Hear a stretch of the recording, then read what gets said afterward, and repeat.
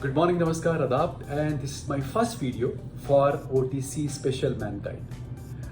और इसका सब्जेक्ट क्या है कि हम सब की तमन्ना है सक्सेसफुल बनना। हम सब चाहते हैं कि हम बहुत सक्सेसफुल बन जाएं, लेकिन इसकी डेफिनेशन क्या है? जब आप OTC FMCG में काम करते हैं तो समहाउ इस इंडस्ट्री ने सबको ये बताया है कि जब आपकी सेल्स ज़्यादा होती हैं, प्रोडक्टिविटी ज़्यादा होती है, ग्रोथ ज़्यादा होती है, तो आप ज़्यादा सक्सेसफुल हैं। लेकिन अगर आप अंदर से आप पूछें कि आप सक्सेसफुल कब हैं, जब आप personality wise, professionally, stature wise, पैसे के हिसाब से, रिस्पेक्ट के हिसाब से, नाम के हिसाब से आगे बढ़ते हैं, वो असली सक्सेस है। कहने का मतलब क्या है कि बड़ी पिक्चर क्या है?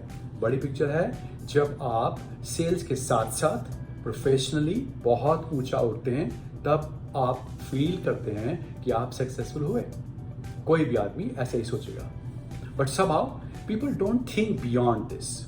बट मैनकाइंड में हम हमेशा इस बात के लिए एजुकेट करते हैं कि सेल्स जो है प्रेशर डालने से नहीं आती, सेल्स बार बार पूछने से नहीं आती। सेल्स आती है जब सेल्स करने के आप तरीके लोगों को समझाते हैं कि किस तरह से सेल आती है। हमेशा हमारा ये मानना है कि सेल्स आती है 3 P's जो हैं उस पर फोकस करने के ऊपर।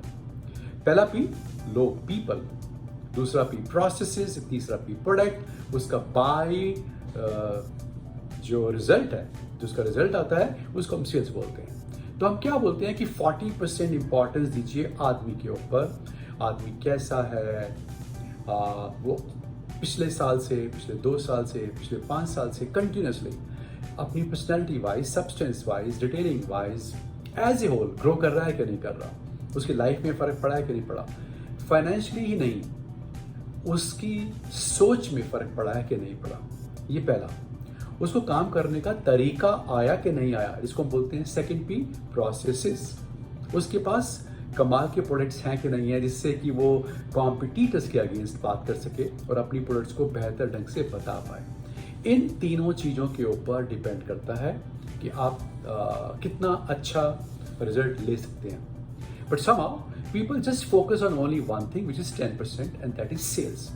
40% इंपॉर्टेंस पीपल को, लोगों को, 30% इंपॉर्टेंस प्रोसेसेस को, 20% इंपॉर्टेंस डिफरेंशिएटेड प्रोडक्ट्स को। ये हुए 90। इन सब का बाई प्रोडक्ट होता है 10% सेल्स। अब आप सोचिए इस बात को, क्या मैं आपको रोज बोलूं सेल लाओ, सेल लाओ, सेल लाओ, तो आपकी सेल आ जाएगी?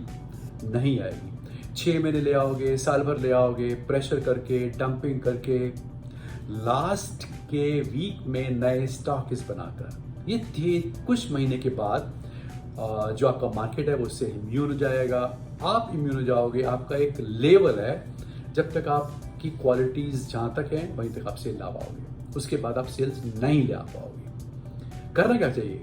अगर मैं आपकी क्वालिटीज को बढ़ाऊं, आपकी हेल्प करूं, आपके काम करने के तरीकों को इम्प्रूव करवाऊं और आपको अच्छे से अच्छी प्रोडक्ट्स दूं, तो आप सेल्स ला पाएंगे, नहीं तो नहीं ला पाएंगे। ये फैक्ट है। सेल्स प्रेशर करने में एक परेशानी है कि जब एक टाइम के बाद सेल्स आनी बंद हो जाती है, ग्रोथ आनी बंद हो जाती है, तो आदमी और सेल्स प्रेशर बढ़ाता है और एक तरह का toxic culture, negative culture create कर देता है और लोग प्रेशर में आ जाते हैं और लोग कंपनी छोड़ना शुरू कर देते हैं। सीखते नहीं है, उनको आता ही नहीं। अगर फॉर एग्जाम्पल किसी आदमी को सेल्स करनी आती नहीं और आप उससे उम्मीद करते हैं कि वो 100 डिब्बे बेचता है, वो 150 डिब्बे बेच दे, उससे बिकते ही नहीं। आप उसको और प्रेशर डालते हैं तो टॉक्सिक कल्चर होता है, शॉर्टकट्स होते हैं और as a whole the whole company crumbles. तो पूरी की पूरी डिवीजन, हेडक्वार्टर्स, जोन्स, मैनेजर्स खराब हो जाते हैं। इसलिए सेल्स का प्रेशर नहीं होना चाहिए। तो सेल्स आती कैसे है? 2 तरीके से सेल्स आती है। जब आप फिजिकली मेहनत करते हैं और मेंटली स्मार्ट होते हैं। कहने का मतलब, जब आपकी कंपनी में एक ऐसा एटमॉस्फेयर होता है कि एक मेहनती आदमी को आप इंटेलिजेंट भी बना देते हैं। इसका मतलब स्मार्ट हार्ट वर्किंग। स्मार्ट दिमाग से, हार्ट दिल से, वर्किंग। जब आप स्मार्ट हार्ड वर्किंग करते हैं तो आप बनते हैं successful continuously.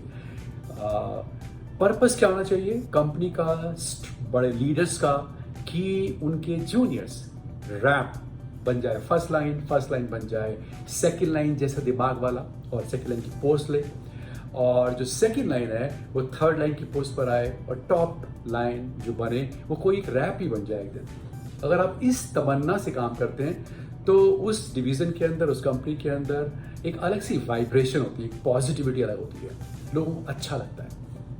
So let me talk about two aspects. One is physical working. क्या मतलब है फिजिकल वर्किंग का? कि क्या आप रोज, अगर आप बोलती हैं कि आप हार्ड वर्किंग हैं, तो क्या आप रोज 8 घंटे काम करते हैं कि नहीं करते?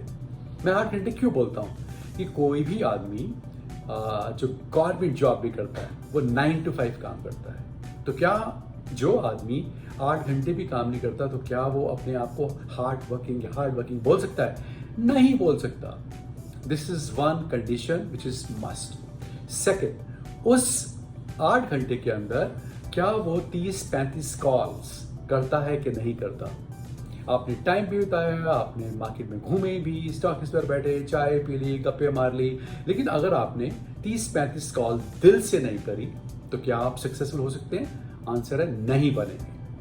तीसरा पॉइंट, अभी हमने जो मीटिंग के अंदर देखा है कि 35% मिसिंग कॉल्स थी। कहने का मतलब ऑन वन साइड जब ऐसा बताया जाता है कि एक महीने में वीआईपी जो केमिस्ट हैं उनको 3 बार मिलना चाहिए, और जो एक इम्पॉर्टेंट काइंड ऑफ केमिस्ट होते हैं उनको 2 बार या कुछ को 1 बार मिलना चाहिए। हमने क्या देखा? 35% शॉप्स को मिले ही नहीं। जब इतनी सारी मिसिंग कॉल्स होंगी तो आप क्या बन सकते हैं सक्सेसफुल? आंसर है नहीं, कभी नहीं बन सकते। तो ये 3 पॉइंट्स, 8 घंटे काम करना, 30-35 कॉल्स करना, एंड मेकिंग श्योर कि आप किसी भी हाल में मिसिंग कॉल्स ना रखें। ये है फिजिकल साइड ऑफ वर्किंग। अब आती है smart working, mental side of working. अब फॉर एग्जांपल मैं आपसे कहूं कि आप दिल्ली के अंदर खोदना शुरू करें और तेल निकालें। आप 1000 मीटर भी खोद देंगे तब भी तेल नहीं निकलेगा। क्या निकलेगा? पानी निकल सकता है। बट यही बात अगर मैं आपको बोलूं कि आप सऊदी अरेबिया जाइए और 1000 मीटर खोदिए तो आपको पानी नहीं मिलेगा, आपको तेल मिल जाएगा। This is smartness. तो आपको यह पता होना चाहिए कि जहां पर आप काम कर रहे हैं वहां से आपको क्या मिलेगा और क्या मिलने की पोटेंशियलिटी है। एग्जाम्पल, आप किसी केमिस्ट के पास जाते हैं और उसको मैन फोर्स के लिए रिक्वेस्ट करते हैं, वो मैन फोर्स को तो आपको देता ही नहीं क्योंकि उसके पास गैसोफास्ट का पोटेंशियल है।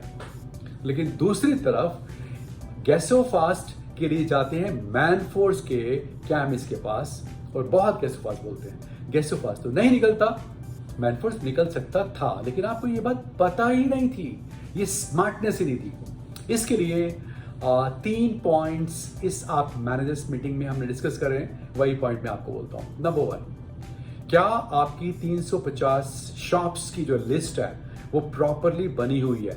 इसका मतलब कि क्या आपको पता है कि जो A++ जो केमिस्ट ऐसे हैं जो A++ आते हैं, कहने का मतलब उनकी पोटेंशियलिटी 15,000 रुपए 20,000 रुपए पर मंथ से ज्यादा है एक महीने में, वो 15% तो होंगे कम से कम आपके पास। कहने का मतलब 350 का 15% कितना होता है? अप्रॉक्सीमेटली 50-60। क्या आपको पता है वो कौन से हैं? सेकंड, क्या आपको पता है जो B++ है जिनकी पोटेंशियलिटी 10,000 से ज्यादा की है महीने के अंदर, अप्रॉक्सीमेटली 25% तो होंगे। कहने का मतलब 90, 100, 350 में से होने चाहिए, आपको पता होना चाहिए। इसके बाद आता है C++, जो तीसरे रैंकिंग के आते हैं, कि जिनकी पोटेंशियलिटी 5-7 हज़ार रुपए से ज्यादा की है, वो भी 35% तो होंगे। कहने का मतलब 15%, 25%, कितने हो गए? 40 और 35 हो गए आपके 75%, और रेस्ट 25% जो आपको 2-3-4 हज़ार रुपए की सपोर्ट करते हैं। ये आपके पास लिस्ट होनी चाहिए।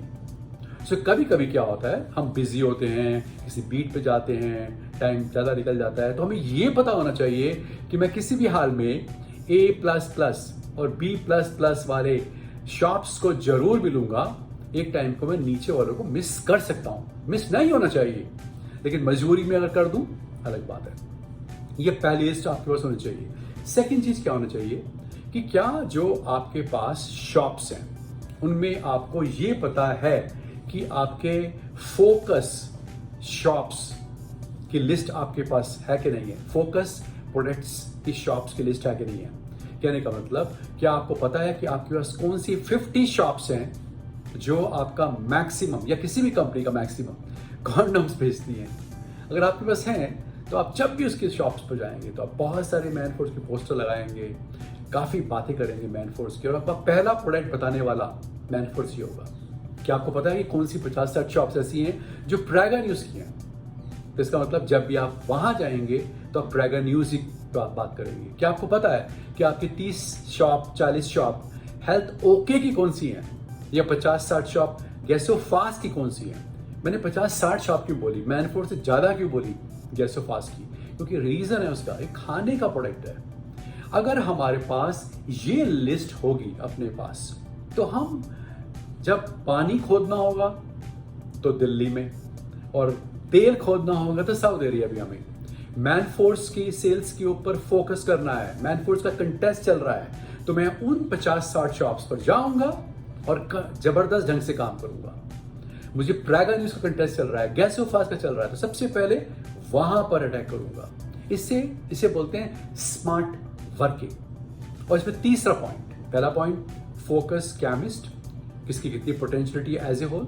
दूसरा फोकस प्रोडक्ट, कौन से केमिस्ट सबसे ज्यादा बेचते हैं आपका मैन फोर्स, कौन से प्रैगा न्यूज़, कौन से हेल्थ ओके।